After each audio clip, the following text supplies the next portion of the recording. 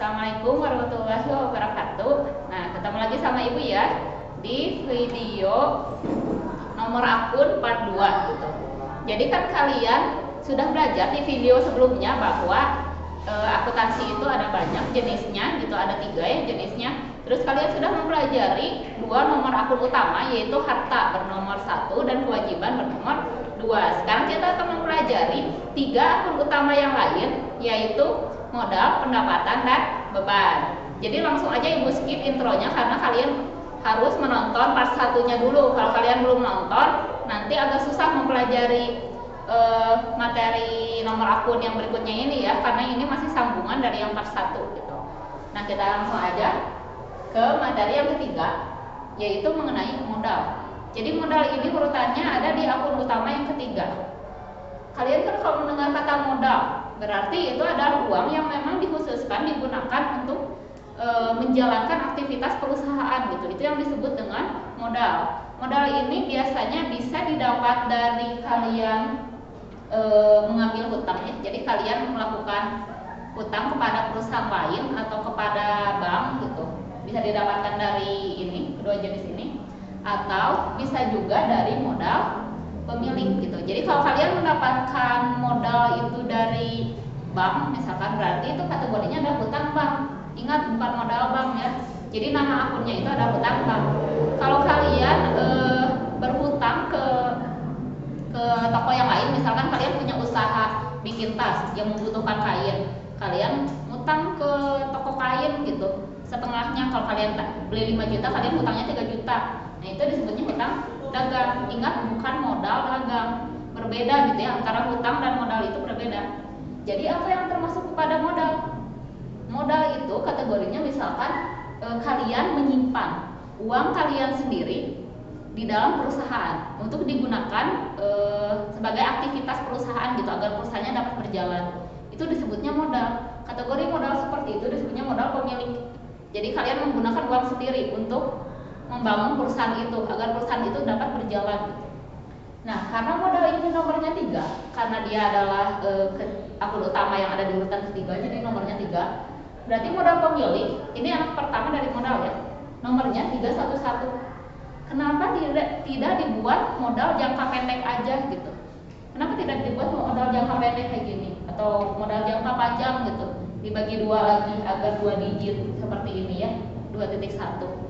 Karena untuk modal, pendapatan, dan beban itu langsung 3 digit, tidak terbagi 2 lagi gitu.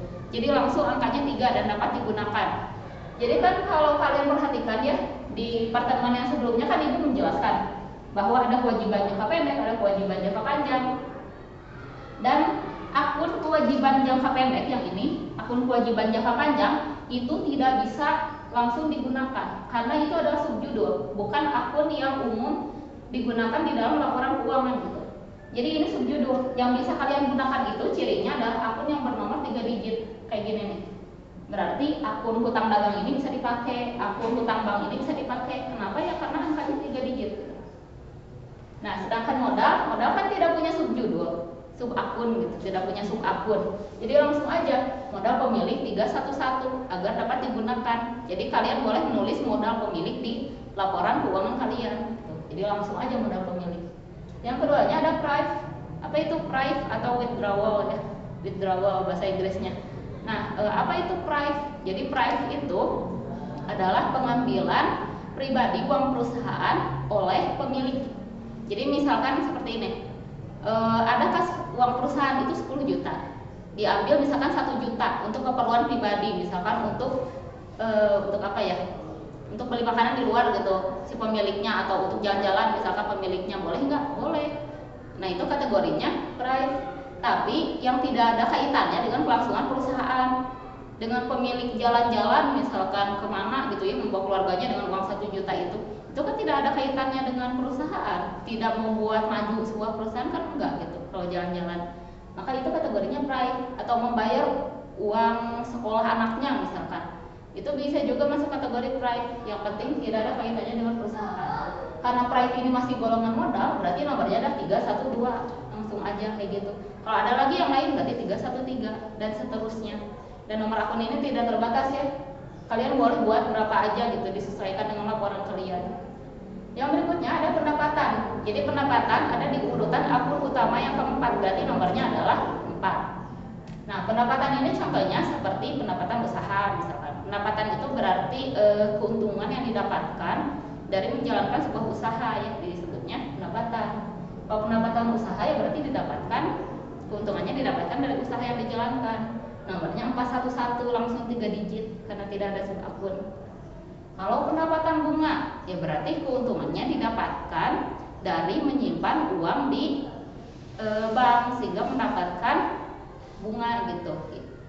Itu juga disebut pendapatan, cuman bukan pendapatan usaha tapi pendapatan bunga. Nomornya 412 kayak gitu ya. Boleh ada pendapatan yang lain, boleh pendapatan lain-lain misalkan karena memberikan jasa apa, itu juga boleh.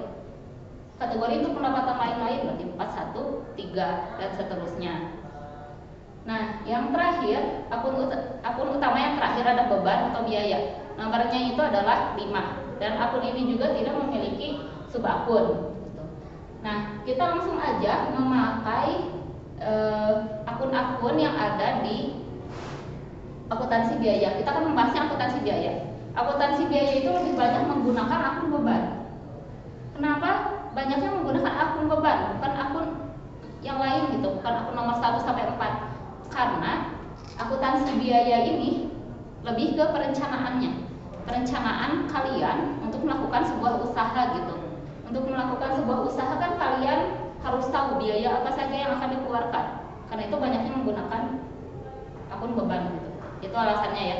Nah, akun beban yang harus ada di laporan kalian itu ada 4. Yang pertama itu ada biaya bahan baku atau beban bahan baku. Jadi biaya bahan baku ini adalah biaya yang dikeluarkan untuk bahan baku utama dari produk kalian. Misalkan kan di video sebelumnya ibu selalu menjelaskan bahwa produknya ibu itu misalkan gantungan kunci etnik yang go green gitu, berarti bahan dasarnya bambu. Maka ibu menuliskan bambu di sini sebagai akun yang masuk ke biaya bahan baku karena ibu memang menggunakan bambu. Kalau kalian tasrut misalkan yang bahan dasarnya kain, maka kalian tinggal menulis aja kain, di sininya kain apa gitu. Tadi kan beban ini tidak memiliki subakun ya, berarti biaya bahan baku itu langsung nomornya 511. Karena bambu ini termasuk bahan baku utama, maka bambu nomornya 5111, jadi 4 digit. Bu, kenapa yang ini 4 digit? Ini boleh digunakan nggak kalau 4 digit? Boleh. Jadi akun 3 digit itu minimal. Akun 4 digit, 5 digit, 6 digit itu boleh digunakan, asal jangan kurang dari 3 digit gitu ya. Jadi ini 511 1. Jadi ada 4 ya, 5111 gitu. 5 ini dari mana? 5 ini dari beban ke sini. Terus 1 ini dari mana? 1 ini dari biaya bahan baku. Jadi 1 yang 2 ini dari sini dapatnya. Terus 1 yang terakhir itu untuk bambunya baru.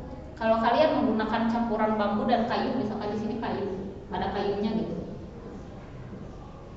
Nah, berarti kan untuk kayu 511 titik 2 gitu. Jadi yang digantinya yang terakhirnya, jangan yang tengahnya ya. Untuk biaya bahan baku ini. Kalau misalkan kalian menggunakan cat dan lem, nah karena cat dan lem itu bukan bahan baku utama, maka jangan ditulis di sini. Nanti ditulisnya beda lagi di akun yang lain. Nah gitu, itu sekilas tentang biaya bahan baku. Yang kedua adalah biaya tenaga kerja langsung. Nah, sesuai judulnya tenaga kerja langsung, berarti ini membahas tentang karyawan atau pegawai.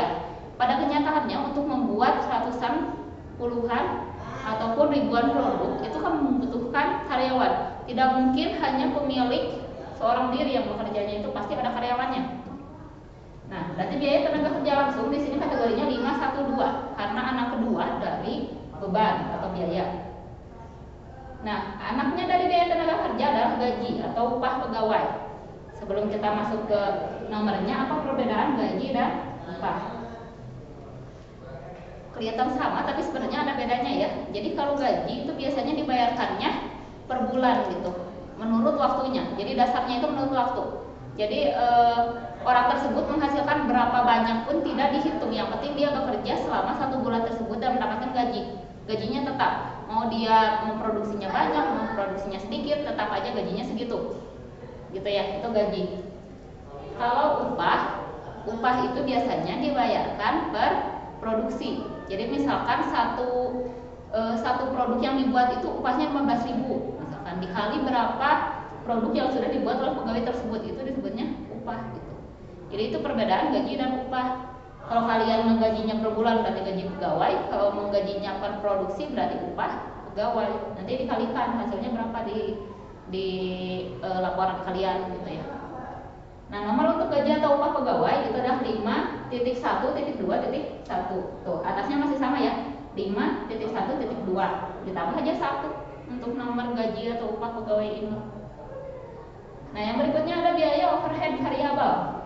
Di sini ada biaya overhead tetap, jadi ada perbedaan antara variabel dan tetap. Bedanya apa antara kedua jenis ini? Kalau biaya overhead variabel adalah biaya tambahan yang sifatnya itu bertambah sesuai dengan banyaknya produksi. Itu disebutnya biaya overhead variabel. Misalkan kalau ibu memproduksi gantungan kunci kan membutuhkan bambu dan gantungan kuncinya yang dari besi. Kalau ibu membuat bambunya itu untuk 500 piece, ya berarti gantungan kuncinya juga harus ada 500 piece. Nah, ini kan gantungan kunci ya, berarti gantungan kuncinya juga banyaknya harus 500 piece. Kenapa? Karena mengikuti yang bambu ini. Itu biaya overhead variabel. Lemnya juga kalau misalkan 100 piece butuh satu lem, satu botol lem, maka untuk 500 piece butuh 5 botol lem.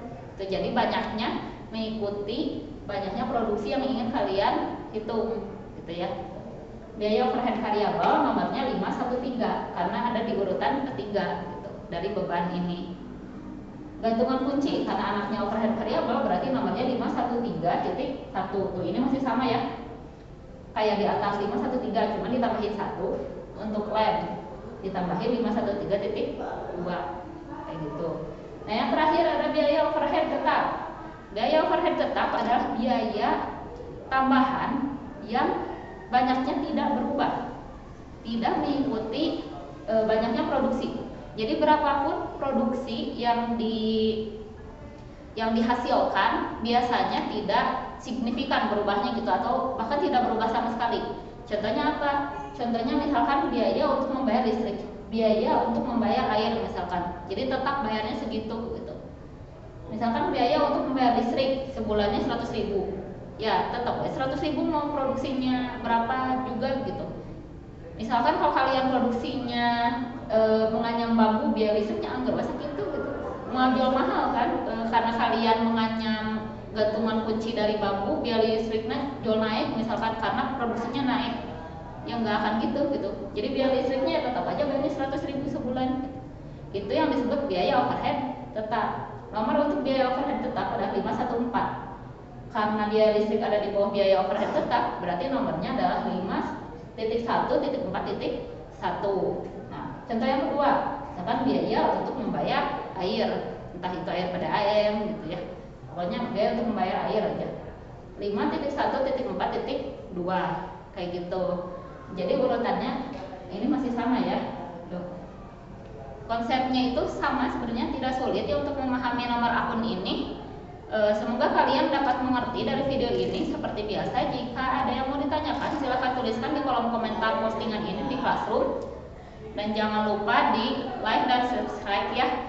Nanti Ibu akan mengadakan sesi tanya jawab dan langsung mengajar secara live gitu, secara live pakai Google Meet gitu ya. Jadi Ibu harap kalian hadir di Google Meet, karena biasanya tidak langsung mengerti gitu. Yang langsung aja tahun kemarin tidak langsung mengerti. Tapi Ibu harap kalian adalah anak-anak pintar dan semangat belajar yang langsung mengerti ya. Terima kasih sudah menonton video ini. Wassalamualaikum warahmatullahi wabarakatuh.